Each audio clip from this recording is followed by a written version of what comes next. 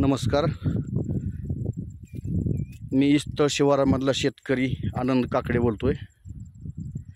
इस्तळ शिवारामध्ये माझं अडीच हेक्टर सोयाबीनचं क्षेत्र आहे.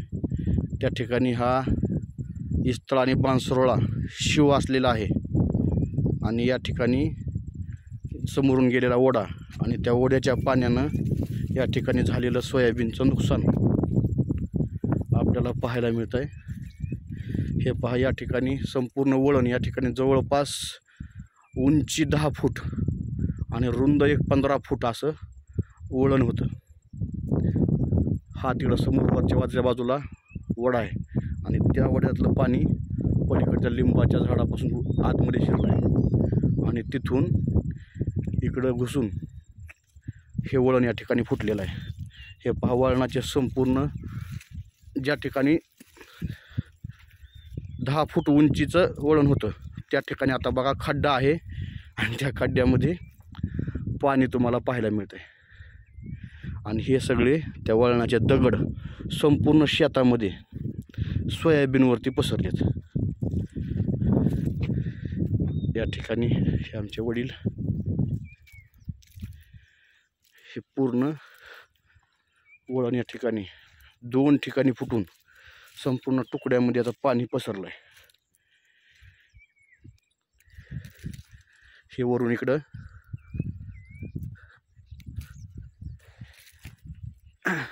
कुणाला वाटणार सुद्धा नाही की या ठिकाणी एक चांगली शेती होती.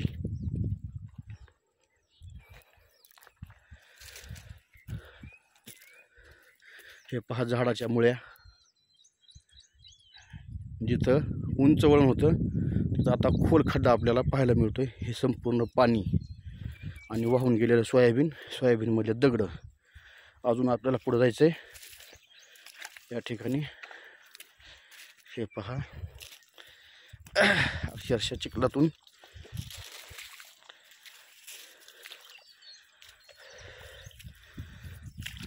आमचं दोघांचं जवळपास या ठिकाणी 5 हेक्टर शेत आहे ह्या वड्याच्या कडीने आणि त्याच्यामध्ये हा सगळा प्रकार झालेला आहे. हे पूर्ण बघा कुठपर्यंत दगड गेलेले आहेत. पूर्ण जवळपास शेताच्या शेवटच्या टोकापर्यंत दगड वाहून गेलेत. मग बाकीचं तर विचार हे करायचं काम नाही. हे पहा, संपूर्ण कसं दबून सोयाबीन सुद्धा पाण्याच्या प्रवाहानं वेगानं दबून गेलं सगळं. अरे बापरे, असं वाटतंय की कुठल्या तरी नदीच्या रिकाम्या पात्रातून आपण वाट काढून जात आहोत.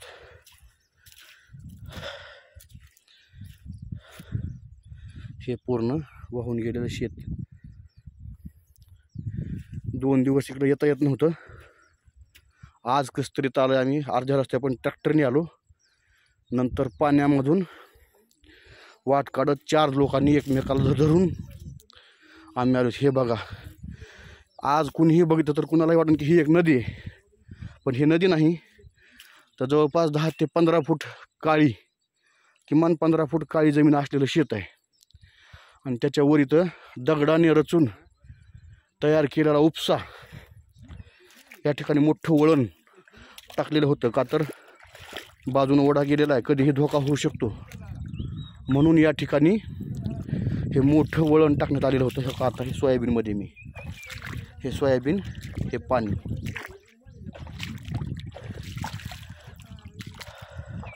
आता हजारो रुपये खर्च करून तयार केलेलं, हे स्वखर्चानं तयार केलेलं. हे बघा, ह्याच्यामध्ये खड्डा, नदीचं पात्र असल्यासारखं वाटतं. अनुभव येतो मला तर इथं.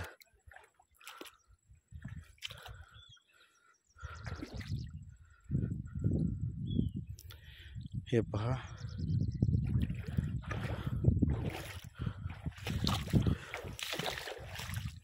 आता हे भरायचं कशाने, कुठले दगड आणायचे, कुठली मुरुम आणायचा आणि किती आणायचा, असे अनेक प्रश्न ह्याच्या समोर आहेत. हा शिवरस्ता समोर आणि आता मी त्या वळणाच्या जागेमध्ये आलो, ज्या ठिकाणी वळण होतं त्या वळणावर आहे म्हणायला हरकत नाही. हे बघा इथून हे वळणाची रुंदी, हा हा इथून वळण सुरू झालं आणि हे वळण इतपर्यंत आहे. इतकं रुंद हे वळण होतं आणि 10 ते 12 फूट उंच आणि सगळे असे मोठमोठे दगड होते. आणि अशा दगडांचा असून सुद्धा त्याचे हे हाल झालेले आहेत. हे बघा पाय दगड घसरत आहेत. इस्तर शिवार सर्वे नंबर 26 या ठिकाणी माझं 2.5 हेक्टर शेत आहे. आमचे भाऊ आहेत त्यांचं 2.5 हेक्टर शेत आहे. जवळपास 5 हेक्टरमध्ये हा हायदो झालेला. हे बघा हे पाणी आलेला मार्ग, हे आमच्या भावाच्या शेतातून तिकडून पाणी आलंय. हे बघा हे पूर्ण त्या कोपऱ्यावरनं वड्यातनं पाणी जे शिरलंय ते पूर्ण इथं जणू काय आता डांबरीकरण करायचं असा रोड तयार झाला आहे पाण्याच्या प्रवाहानं. एका सुपीक शेतामध्ये हे तयार झालेलं आहे. हे बघा आणि हा ज्याच्यावरून आता आपण चाललोय तो शिवरस्ता आहे. आता ह्याला कोण शिवरस्ता म्हणीन आणि कसं म्हणीन हा सुद्धा प्रश्न आहे.